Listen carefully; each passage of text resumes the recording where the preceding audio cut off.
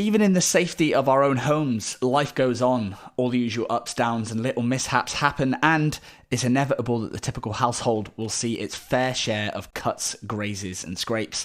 In fact, new research reveals 1/3 of parents are dealing with more cuts and scrapes as we adapt to this new normal.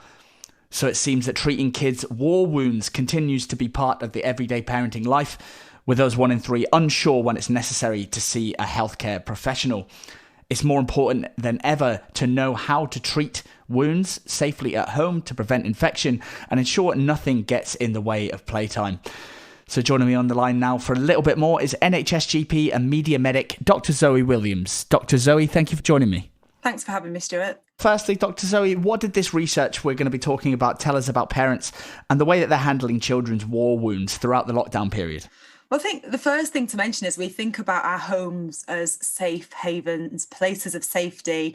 But when it comes to minor cuts and bruises and scrapes, well, actually, we've seen that 73% of parents have been having to deal with minor injuries since we've been in lockdown, with 43% of those injuries a result of children playing outside. So even though we're staying at home, it definitely doesn't keep us safe from minor cuts and bruises. And it's not surprising. I think if you think about the things that children might be doing more of, they might be cooking more and therefore getting burns.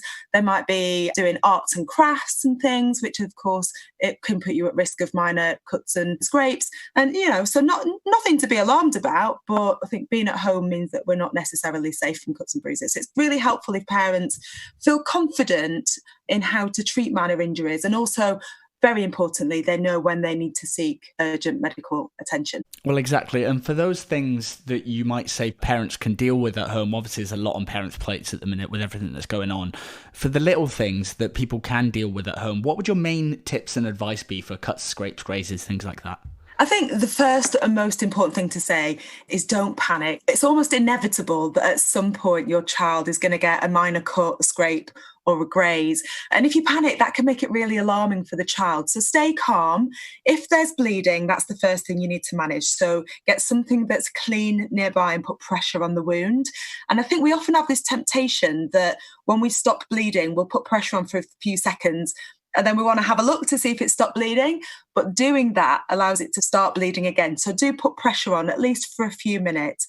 And then the next thing is you want to clean it. So as the parent, make sure you wash your hands thoroughly and then cleanse the wound, either with good old-fashioned soap and water, or you can use something like the Elastoplast wound spray, which will cleanse and it's painless.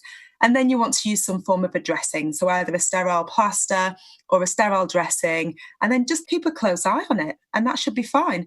However, if it won't stop bleeding, certainly if you're worried that there's dirt in there or glass in there or any other debris, or if you're worried that the cut is very deep, then you should definitely seek medical attention. Absolutely, and that brings me on to my next point. At what point should parents be looking to take their children to A&E at the moment? Obviously, a lot of people might be a bit standoffish, worried about whether they're going in when they shouldn't be. What would your recommendations be? I think there's concern from parents at the moment that GPs and A&E departments are potentially unsafe places, or that they're very busy.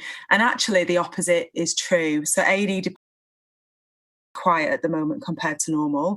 And as GP surgeries, we're busy because we're working, but we're working over the telephone or video call. But we'd be very happy to, if a parent is ever in doubt, giving your GP a call. And most of us are using video calls, so we can actually have a look at the wound with you. So those are the first two places to go. If it's out of hours and you don't feel like a trip to A&E is necessary, then you can dial 111. Absolutely. So what kind of healthcare services, as you say, A&E might not be as busy as some people might expect it to be. What kind of services are available at the moment? And what kinds of things can people get to stop themselves from going into A&E?